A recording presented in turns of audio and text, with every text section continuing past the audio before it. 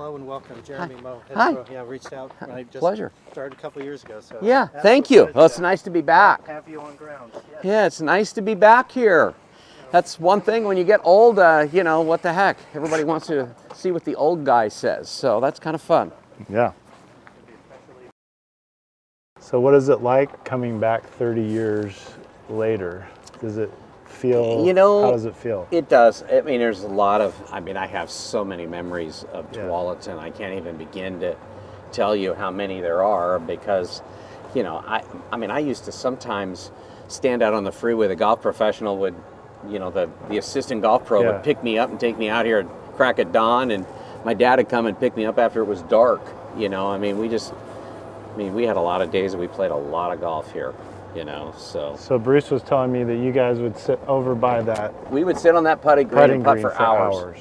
Yeah, literally have games and do stuff, and, you know, that part's all fun. So your It looks the same. Amazing. so your great. strength as a golfer was getting hot. You could get on a streak.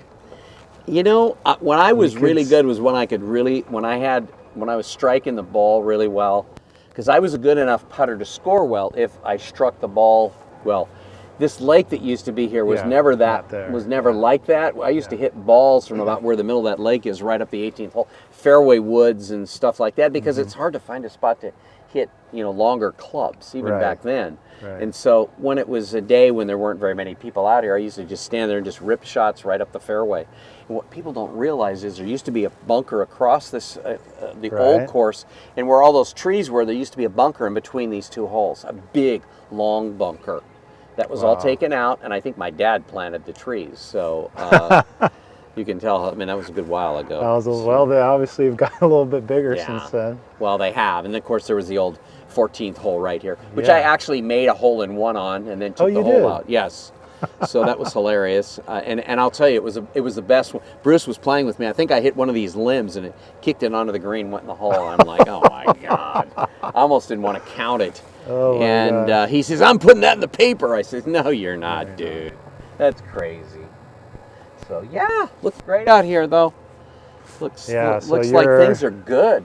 So when you were a young person playing this course with all the trees, did you envision, you know, your ball flight was a little bit more on point than maybe some other players because you had that? You know, I wanted to win. That was always, I'm very competitive. Okay. I wanted to win, but my goal was to hit the ball further, straighter, putt better, do all those things that made Everything. you a better player. And I just loved trying to get better all the time. I remember the first time I broke 70 here. Can't remember how old I was, maybe 13 or 14 years wow. old, something like that. And Harold West was a golf professional, yeah. and he gave me, he says, son, you know, he says, that's quite an accomplishment. He gave me a brand new X'd out Billy Casper ball. I'm like, oh my gosh, I thought that was so cool.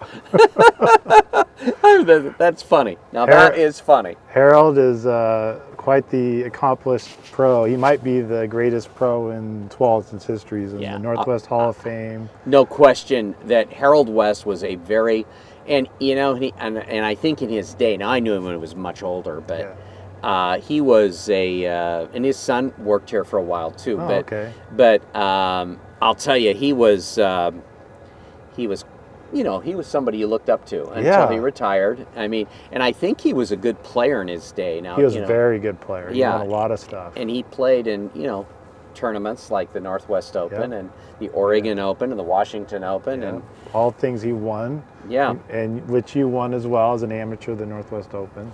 Yep, that was quite an event that week, and So I think you're- I built Peter Jacobson a playoff that week. So yeah, So I was following your career. At age 16, I believe, in 1970, you qualified for the U.S. Junior. I did. It was And you played made in the cut. Georgia. It was played in Georgia. You made Yeah. the cut at Yeah. 16, and that was, I think, if I'm not mistaken, the first national event that you Yeah, played in. it was. I can't believe my parents let me do this. I went back to that tournament by myself, played in the event, and they thought that I should experience some of the East Coast. So I got to fly up to Washington, D.C., spend a day there, walking cool. around. I flew up to New York by myself. Oh my Went gosh. to a show and the whole thing. Oh my I gosh. can't even imagine. Can you imagine a No, 16-year-old no. doing that? But That's- I was that's a always great a story. super independent type of kid, and it just gave me a flavor. You know, the first tournament I really remember of playing that I thought was a fantastic tournament was and I think that I'm trying to who the guy. You have a guy working out here now, Dan Hickson. Yeah, Dan, Doug, or And or Dan, Harvey. I played with his dad, Harvey, Yeah. in the Oregon Open when I was 15. Oh wow. So Yes. Harvey was a great short game player. And I played it was played at Astoria Country Club. Okay. And it blew about 40 miles an hour. And it was just, it was a hell of an experience. I made the cut as a 15-year-old. Wow. Which was kind Wow. of fun. And I played with his dad. I always liked him for that. His dad was great. I always ask him about his dad whenever I see Dan. And so, it was great. Yeah, I worked for Doug at Quail Valley. Oh, you did? I was a head pro over there, so Okay, cool. so he's shared with a lot of me. So we're here on 18 tee box, and This was always a great driving hole. yes, and as a kid growing up, as you would play, and I did this too when I was, you get bored playing the hole the same way. You start looking at it differently, and you're also, your background, you're very artistic. A lot of people don't realize you have some very artistic ways, kind of like Bob Cupp. My mom was. Bob Cupp also had a lot of. Bob was really an artist. yeah. I mean, the guy was amazing. So your mind saw things a little differently. So this is kind of the hole where you kind of described a different way of looking at things. Has that, in kind of this moment in this area, kind of refresh your memory as to your involvement in course design? It has, in a lot of ways, being able to grow up on a classical golf course. I'm drawn to them now, even to the great old golf courses, and I like all of the features. I like the greens complexes the way they are, and so a lot of that happened here. And because of that, and the way shots set up and things, all that stuff has an influence on you. As a young boy, being able to play golf at Tualatin Country Club was huge. You have to remember, I could tee off from the other side of the green and play up and play 17 this way, but at that time there were no trees there. There was a bunker in the middle, so you'd play around the bunker. So those were just some of the things, and what led to the tees changing, because the old 16th tee was down here. It was down in this corner. Yeah, and then par 5. We just started playing some holes some different ways, trying to take out some of the, not, I won't say quirkiness, but some of the things like the crisscross, like 8 and 9, just trying to get a little bit more land and being able to spread the golf course out a little. I do that a lot now. I have repaired clubs. I have a club in Utah that I worked at that the road moved in. So we had to move holes and do stuff. And so thinking that through, a lot of that started here, I mean, it really did. So we were just talking earlier about your very first project, your first time that you ever, designed something on paper and whatever else was here at Tualatin. And I'm sure you were excited to see what you could come up with, right? So when you were here up at 15, this is one of the holes that you designed. Was this something that you wanted to pattern after the old par 3? Talk us through maybe what you were thinking at the time, if you can recall, or what was it? It's hilarious. You'll laugh. I was sitting in church one day, believe it or not, and of course I knew the golf course extremely well. Yeah. And I started thinking about the vacant areas and how to make them all fit together properly. And so what happened was I got thinking about, there's some open space right there, because I wanted to get rid of, not that you need to necessarily, but just because people would have to stop with the cars coming in and stuff. And I thought, well, gee, you could play 13, and instead of 14 going across there, it could come this way. And so then I thought, well, but where am I going to find another hole? And that's when we sort of came up with this idea of making a cool little short 3. And I'm trying to remember, I played Pebble Beach and some Yeah. of these great little short Yeah. threes. And Marion has a great little short three. And Troon has the postage stamp. Yeah. And I thought, why couldn't we build something like that? Because there's plenty of space. There's no danger of anybody hitting Yeah. anyone there. You know what I'm Yeah. saying? So I thought, what if we played across here and just made a short hole that somebody could play, and it would, be a smallish green. And I just thought, this could be really, really cool. And so that's when I started walking it and saying, okay, well, this could work. We could put the tee up on top of the hill, because 16 from there was like a blind shot down the hill. You see what Right. I'm saying? Yeah, yeah, Which yeah. I never thought was all that great of a No. hole. Yeah, yeah. So I just thought, well, what if we made a 4 going that way, and we had put this 3 in here? So that was really how that all came about. That's great. Well, that hole, the members right now still comment about what a great par 3 hole Short that 3 is. it is. With the raised green where Uh-huh. you can't bail out, the 2 tiers. Right. It really puts a premium on ball striking at a Right. short hole. And that's really what it is, because, as I said, just making a golf course long, anybody can do that. Yeah. Making great short holes or drivable 4s, it's always something, and a drivable 4 was always number 9, even though it was Yeah. somewhat blind playing Yeah. up the hill.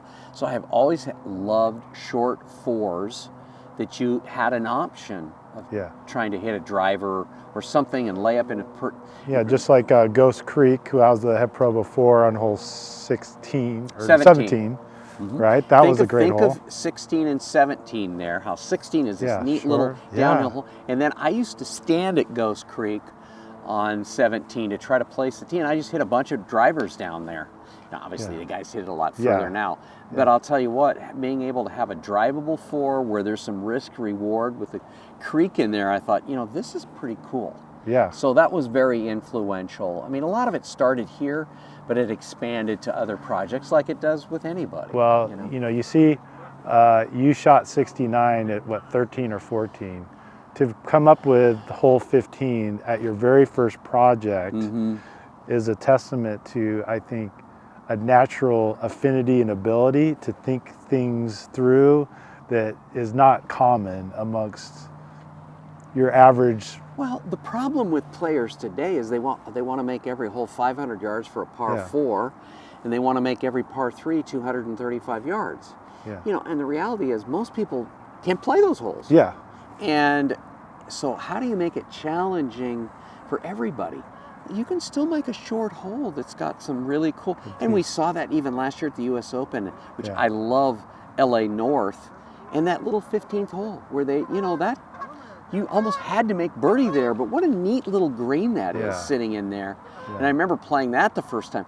Fortunately for me, when I started in the design business, I'd already played all around the world and played so many neat little golf courses and neat holes and drivable 4s and reachable par 5s and the long holes and the short holes. And, so being able to come out and do that, it's fun to see them now as they have toured, and I think they've made some nice improvements and making the tees bigger and, doing all the things that you need to do when you have a golf course like this. Yeah. So, All right. Well, let's head over to hole 5. We can Sure. the turf. Where to now? We're gonna go to the par 3. Okay. 5? Yeah, 5. Okay. Second. You good? All right. Yeah, the golf course looks wonderful. Looks like it's in terrific shape. So your competitiveness, where does that stem from? My dad was an athlete, and I just inherited it from him. Just very competitive. I love to play games, do things, and, I just always wanted to win. That was my goal, is to always get better, play, and work hard and play better. And that my dad instilled into me the idea that you had to work hard or you couldn't get ahead. And I wanted to succeed. And to succeed, you have to work hard. Yeah. I mean, look at the greatest players in the world. They all got there. I remember Sam Snead said one time, he said, playing great golf is about 98% perspiration, about 2% inspiration and talent. And for coming from a guy that had amazing natural talent, yeah. you know, I am very I don't know if you know this or not, but I used to go down and hang a little bit with Ben Hogan. Yeah, I was gonna want to ask you about that.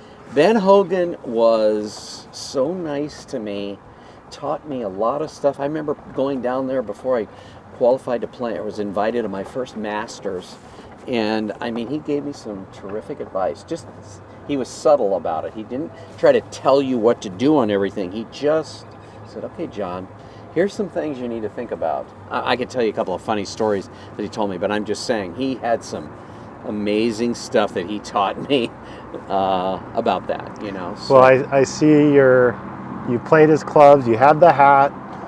I feel like there was an homage with Ben in your game a little bit. For me, it was always Mr. Hogan. It was never Ben. Okay, yeah. I remember as a kid playing this hole, and you have to remember back then you had the back tees and the members tees. You didn't really have women's tees, which is one of the great things we've done is add more tees so more people could enjoy it. And this hole was always a challenge, because when I was growing up, I mean, you know, a 239-yard par 3, man, you were hitting. I remember when I started playing this hole, it was like a driver, you know. And then as I got better, obviously it became an iron, but it was just a fun hole to play. I mean, it really challenged you. If you were playing, you had to get by this hole. This and 6 were two really difficult holes. I mean, 6 is what, a 600-yard hole, and I mean, these two holes are as challenging. And believe it or not, 4 was a challenging hole back in the day when the ball didn't go as far. Oh yeah, because when we played a driver and a 7-iron. You know, I mean, it was not what it is now. The bunkers look good. I mean, everything looks great. See what you guys come up with, and that's and actually the reason it was that is Bob was leaving Jack at that time to go on his own, and I really had an opportunity to kind of be like a West Coast. Yeah.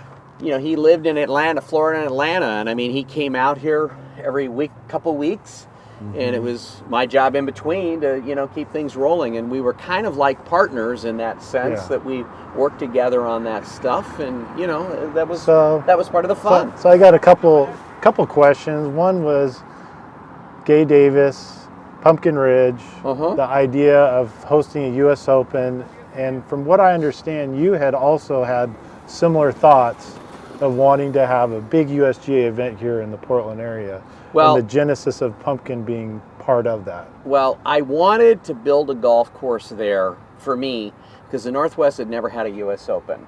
Yeah. And I called PJ Boatwright, who was the head of the USGA at the time. I said, PJ, how do we get something? I mean, he says, well, you don't really have a golf course that works for that. I said, if we built something like that, if we could do something that challenges, he says, well, if you could really do something, we would consider it. Yeah. And I said, okay, well, we're gonna. And he's like, okay, well, we'll see you soon. See what you think. And so that was the genesis of really Pumpkin Ridge in a lot of ways. I just wanted to get going on doing some new golf course stuff. I mean, we started some renovation things, you know, here, and I actually did a little bit of side work at Emerald Valley, didn't you? I did a couple of things there for that guy, but I did, I worked at Oswego Lake. I did some work at Portland Golf Club a little bit. Some at Columbia Edgewater, we worked together, but you know, being able to start a new golf course and do something, that was a highlight. That was the genesis of what really became, you know, something really fun for us to do. So, you know, so the Cup Vote is synonymous in the Portland area, and of course you have the Reserve, you have Pumpkin, and the Reserve was Crosswater. Reserve was different. Yeah, you actually had your own. I actually did one course and he did one course, and we helped him with his because he didn't come out that much. By then he was kind of doing other things, and so we kind of helped him. The guys on this, I didn't design it. We just helped him get to where he wanted to be. And then Langdon Farms, from what I understand, is kind of potentially your first solo project. I mean, Bob was involved, but he just said, "John, you just do this." Yeah. And so he was very happy that I could, you know, step up and help and do stuff. And so the three best public golf courses in the area all have your name in it. Yeah. Wow. And you also have Crosswater. You have Centennial. You've got Oregon was such a bastion for me learning originally, you know, and you know, when I started in the business, I was known as the U.S. Amateur Champion, and that was my claim to fame. And that's how I got into the business. That and Bob helping me learn, and you know, with all due respect, Bob wasn't all that forthcoming on stuff. It was up to me to try to learn this stuff just by osmosis, almost. Well, it's almost a better way to learn sometimes, right? And you know, that's great. And so that's what I did. I had to do it, and I worked with the contract. I was at Pumpkin Ridge every single day when we were doing it. You know, I didn't feel like I knew what I was doing, but I was learning a lot while I was doing it. So well, what an amazing accomplishment for your first couple projects to, you know, be a USG. I shared with that, you know, 6 USG events in its first 15 years. Never happened before. It's amazing, really. And it was really due to David Eager was really running and he just loved Pumpkin Ridge and gave it the U.S. Amateur 4 years after it opened, which was remarkable. And then we got Tiger. And you got Tiger to win there, and I walked with him the last day with my daughter, which was really his 3rd U.S. Amateur. I mean, how the hell he ever won that match on Steve Scott was freaking that putt he made on 17. That was incredible. Unbelievable that he was able to do what he did. He was magic. So Tiger had the fist pump, but I will say, after watching a little bit of clips, you had a nice little collection of celebratory. Yeah, I mean, Tiger's a once in a lifetime player, with all due respect. I mean, the guy is just such a remarkable player. I mean, he truly is. But I think of you as the Tiger Woods of Oregon amateur golf. Probably. Because back in those days, I probably was one of the better ones. To be the ranked 6th as an amateur, you know, and then you say, you know, I'm going to stay as an amateur, and then to go on that run you did in '77. Well, I lost the amateur at Bel Air. Quarters. And that really was, I was very unhappy about it. I wanted one more chance to play in it. Yeah. That's how Aronimec came about, quite frankly. I mean, that was a really great summer. So, I was the #1 ranked amateur in the world then. And I really had an opportunity to do some fun stuff. You know, playing in the Walker Cup and doing that stuff, that's a once-in-a-lifetime deal. Yeah, you know, it's amazing. So that's just those are the types of things that you remember for your life. I you know, they're just really fun. You know, we made these 2 holes here. I think honestly were 2 of the best changes we could have made. It gave us, you know, another 20-something acres, and what a great thing this was to be able to have 2 new holes that were good, and then be able to have it in such a way that, you know, it fit in with the rest of the golf course. Right. And that's really what we were trying to do. I mean, I think you've made some nice improvements in it even since we've been here, which is great. Yeah. Boy, the water is up high, isn't it? Yeah, right now? We have been a lot of rain lately. But well, you can I mean, Oregon has just been, I've been up a bunch of times during this winter doing some things, and man, it has just been, it's been amazing. And that little green right there was just that is a tiny little green. Kind of fits with some of the other stuff that happened here, but this is a big hole right here. And of course that hole is much shorter. Has it flooded onto these golf holes lately? No. 96 it went over its banks, but after that, no. It hasn't. Good. No. Yeah, I mean, it is really full right now, obviously. But they're very playable, so that part's good. So I know you were responsible in negotiating the land here and kind of helping shepherding this thing through, which was, and I don't think they paid much for the land. No. It was a great investment. Yeah. I mean, it could not have been a better investment than what it was. Talk about the genesis of your mind in even looking at this land as a possibility. What was it going on? There really wasn't anywhere else we could go. We looked at, you know, some other property on the other side of 11 and stuff, but there really wasn't anywhere else to go. And then we just started looking at it. And of course, these were all trees. We climbed around in here and looked at it, and I just thought, you know, and of course we had some maps we could look at, and I said, we could get 2 really good holes in here that could easily, and then just make this hole along, a 5 down the hill or whatever. And so I just thought, why wouldn't we do this? And so when we presented the idea, I think the members were kind of like, yeah, that would be great. With the little change that we made on the back 9, adding that new Part hole 3. back there, Yeah. that the 15th Yeah. was absolutely fabulous. But these are nice holes. I think the improvements to the routing that we made here were really important. Yeah, it kind of allowed for I'm space. telling you, the Yeah. old golf course, playing down 7, up 8, and then up 9, I just don't think the golf course was as good. Yeah. And I think the original designer would have, if this land had been available to him, he would have utilized it. Yeah, yeah. There's no Chandler. question about it. Yeah, But Chandler would have as used you it. get, how crowded golf is, especially now. Yeah. To have these 3 holes right in there, that would have been. Oh, yeah. Ooh, can you imagine how what a Number of bottleneck balls that hit, would be? yeah. Oh, I God, mean, yeah. this now is Yeah. a situation where you've got, it's so much better situation, and they're nice golf holes. They fit in with the rest of the golf course. And you're by the river. It's the closest you're by Right. the river.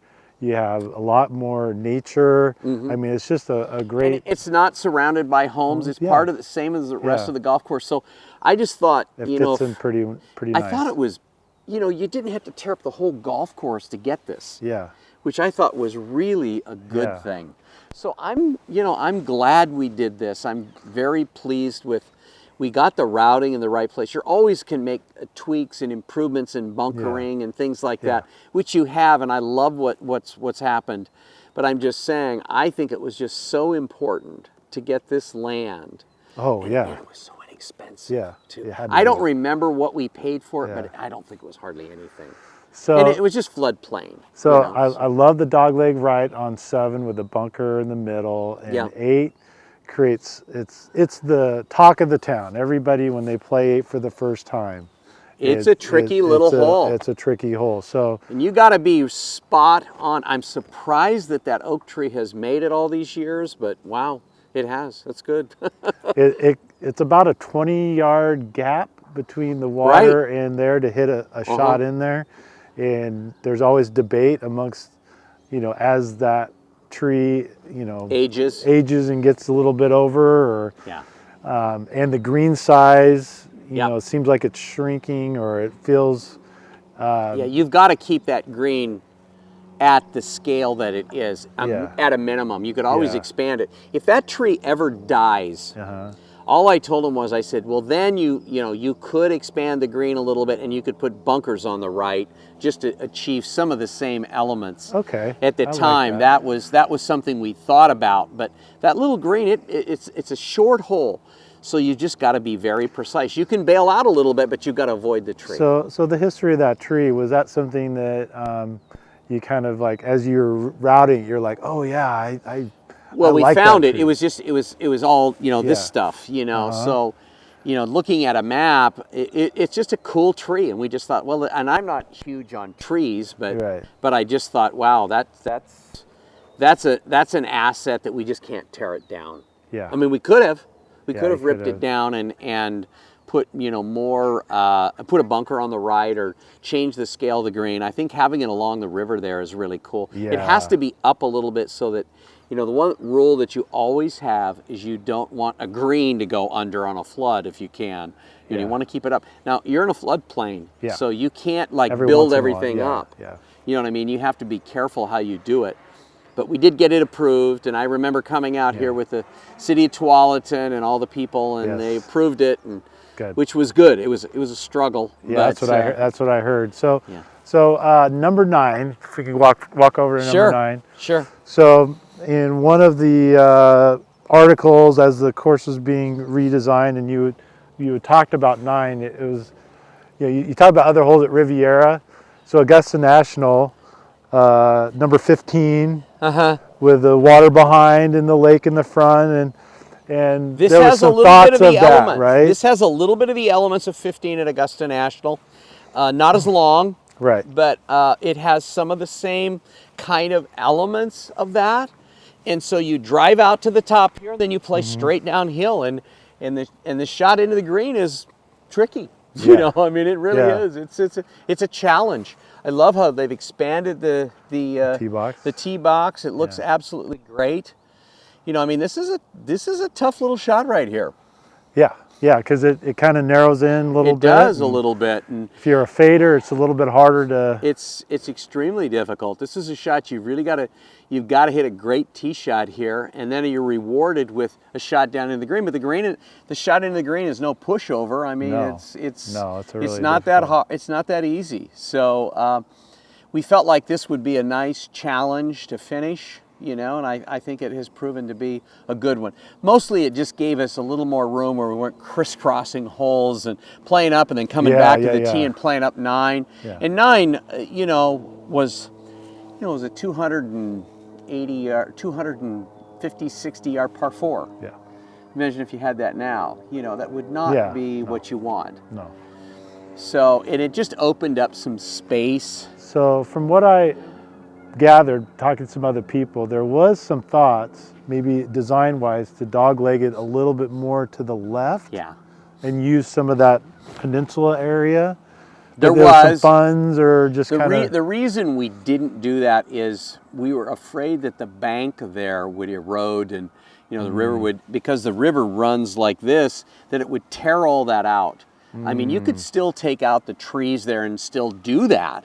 But we just were a little nervous about that. I mean, quite frankly. Oh, okay. Yeah, we were a little nervous about that. The important thing here is to keep all of the trees on the top edge there cut back, so that there's plenty of room for anybody to be able to play it. So, but this has turned out to be, I think it's a decent hole. Oh, I mean, I don't know how long it is now from the back tee. How far is this? It's 508. 508. So it's still a challenge. Yeah. Of course, it's become, with these guys that drive the ball so far, that it's less. But, Augusta National 15 used to be, when I played there, you could hit driving an iron into that hole as well. Yeah.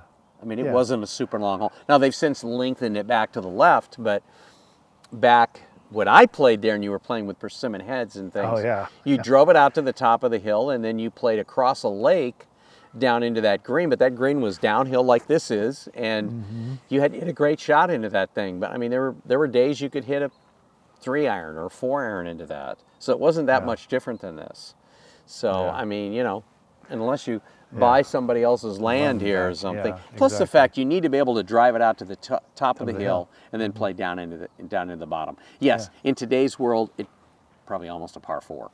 Because they hit it so damn far. But if you knock it down the hill, then you're worse. Oh, it's you're on the side of the hill. Yeah. So you've got to play the ball really to the top of the hill and then hit some kind of a shot down in there. And that part's good. I think this is makes you think on the tee a little bit. This is never going to be a super long golf course anyhow. Yeah. So it's strategic. It's narrow and strategic, and you've got to play the shots. You need to play the position somebody asked you to do. So you could almost say this is a faute course in the true essence of how it's it's partially that, but I mean the holes were thought out based on that. I mean, we wanted a golf course that had a little more challenge to it. When I played when I was growing up, it was only a 6,200 yard golf course. Yeah. And as time went on, that just became awfully short. Yeah.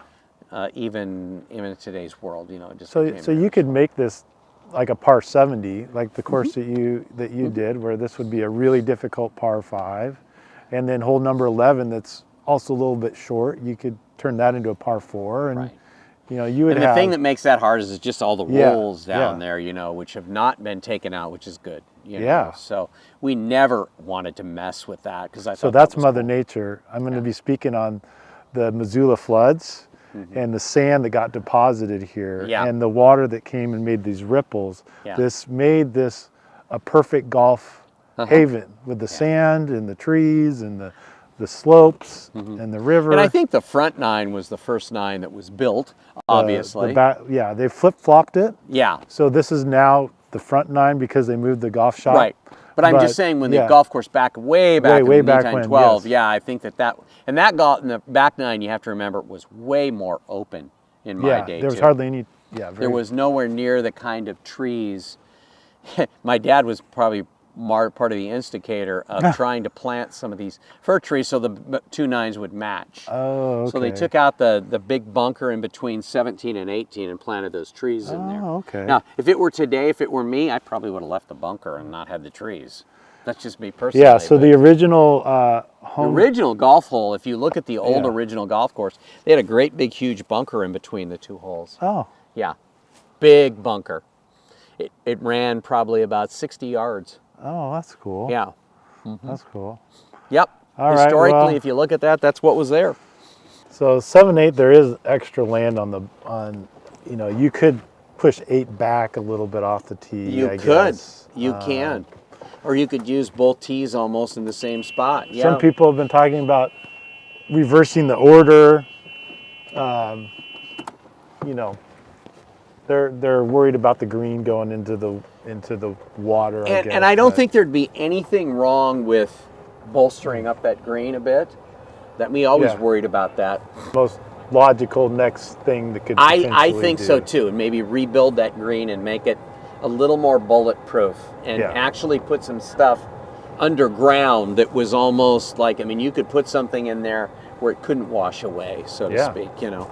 Yeah. We were talking about the range going from that tee all the way down, so we could make it wider, because now it just looks like a narrow fairway. Yeah. You know, I wanted them to plant the trees. They never did, but we should have planted trees all down that side. Then, because you don't really need that space on this hole. Yeah. That would have been better for, I mean, you had to take out these big trees, but that's all right. You'd have a better, but I wanted it to just do that over a period of time, where if they'd have planted it back when we did, the trees would be huge. And you could have easily just taken these trees out and made that practice area a lot wider, which I think would be a good thing. Yeah, it would be. We've got a society that takes care I used to of it climb down there and find balls all day long. Man, we used to find 1,000,000 balls there. It was funny as hell. We used to climb down that hill, and it was exciting to be able to grab balls and do the whole thing. Yeah, so this is one of the really dramatic views on the course. It absolutely is. And that's why it was so cool, you know, to do this. So, yeah, and yes, it is not a long 5. It plays very short, but still, I mean, this is how much land you have. So, you know, there's not much. I mean, we thought about going further left, but it would only added like a couple of yards, and wouldn't have been anything big. But what a dramatic view with the river behind. Yeah, there, you know. It's just gorgeous. It's very cool, very, very cool. So yeah, that's good. You did a great job of reimagining the golf course 7, 8, and 9. You know, setting it up for success. So it looks like you did finally take that, because when I was here, a lot of they left that green there, and people didn't really know what the hell that was for. Yeah, they just put some shrubs and stuff over there. Yeah, that's good. But you guys said, I'm going to go ahead and, you know, and just I know there was across, like different because places. I wanted to connect up to the 10th tee behind the clubhouse. That never happened. That was never that way.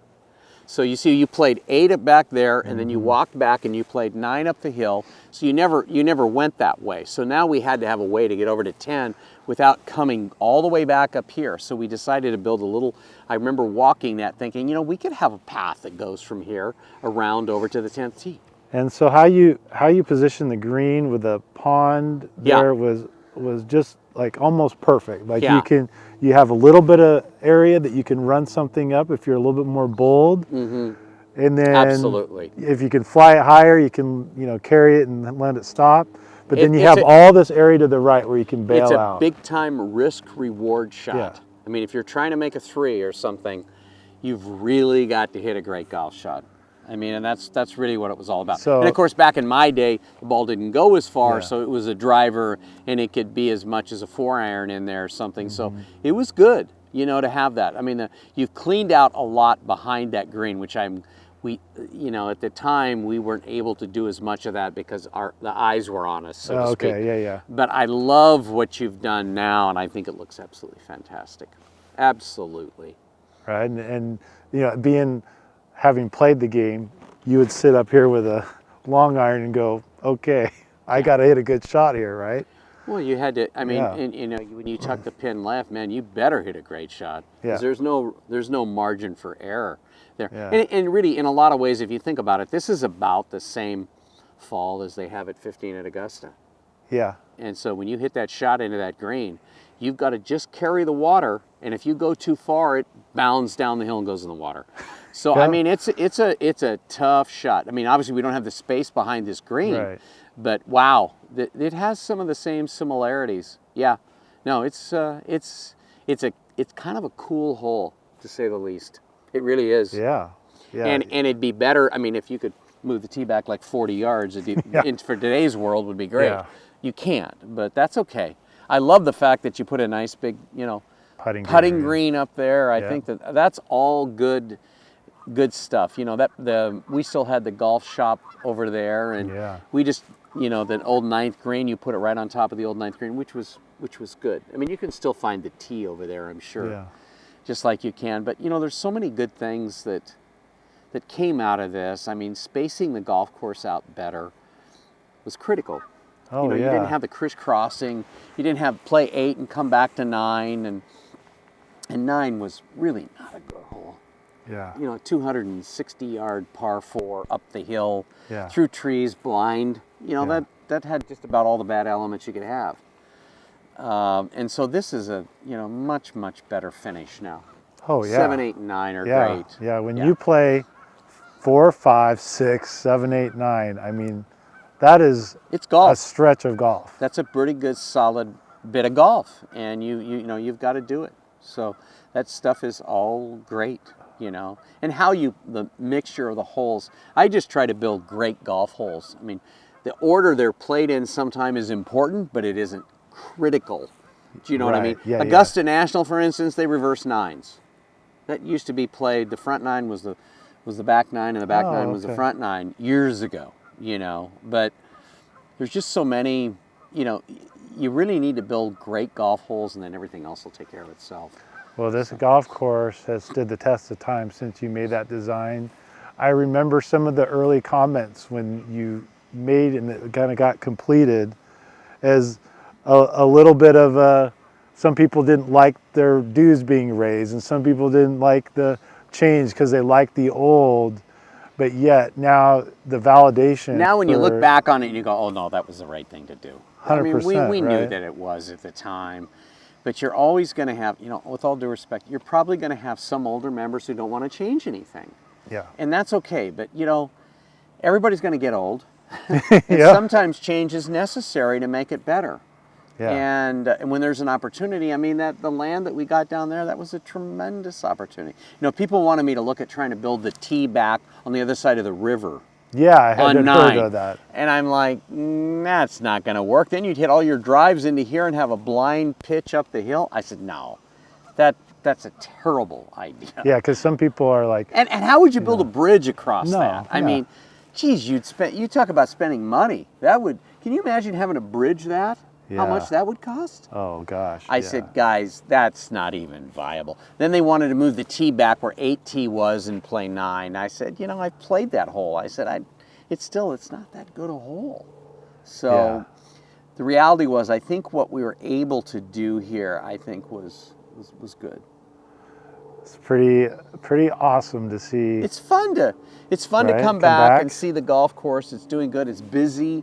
Yeah. There's lots of members enjoying the golf course, and that's really what it's all about, is the members being able to play their golf course. So I know Tualatin obviously made a big influence on your life growing up, playing here, becoming the player that you became.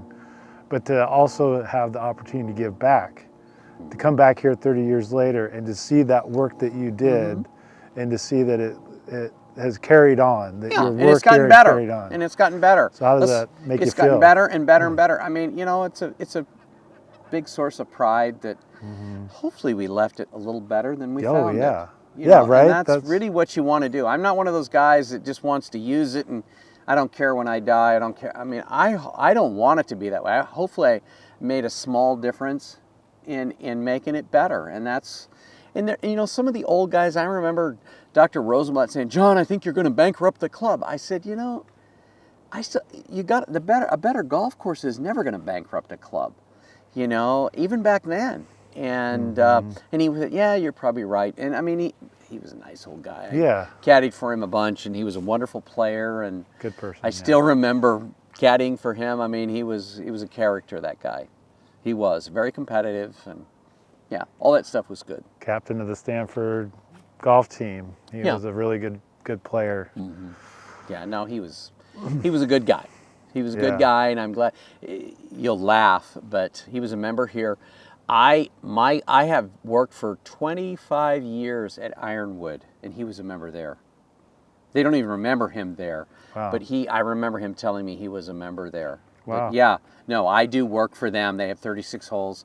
I have a big plan that we're getting ready to do a bunch of stuff on. Wow, the Rosenblatt Tualatin Yeah. connection Yeah, continues. it's kind of funny. I mean, Yeah. nobody remembers him now. I don't know how long Yeah. ago Miller died, but it was quite a long time ago. But at the time, you know, he loved to go down there and play golf. But I do work at their club. I redid all their greens recently. Yeah. Wow. So- Wow. I'm a believer in things come full circle a lot of times. Yeah. And to have you back here and Well, being able to be here is know, great. being Now I'm the old man. At the time, I was just a kid. so you're not going to be like, hey, don't mess with my work. Oh, hell You know. Golf courses always have to get better. So I so don't you're a care big. I don't care who did it. You're a They big. need to get better. yeah, and construction methods get better. Everything gets better. So Donald Ross, big fan of his. I Me am. I personally, won right? the U.S. Amateur on one Aronimink, of his golf yep. courses, and have played the U.S. Open on some of his golf courses. I mean, Yes. he was a great player. So Pinehurst #2 was the kind of his quintessential work as a designer, and he would go there for. And you know, and that is somewhat true. I think it was his baby because he lived there. Yes, But honestly, I think Aronimink was of the all better. is finest maybe work. just as good. I mean, the other courses, the Oak Hills, the Oakland Hills, all Yeah. those golf courses were tremendous golf courses. I mean, Donald Ross did Yeah. so many great golf courses. Yeah, it's Good unbelievable. grief. So he didn't.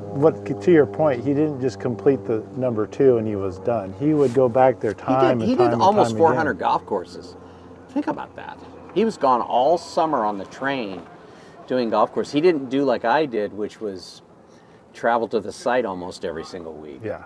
You know what I'm saying? So, Yeah, your passion for the game to be competitive at the level that you're at, and then to transition into the design world. Well, I always and tell take everybody, that. I said, playing golf was just a preparation for me being able to do golf course design, which was just kind of funny.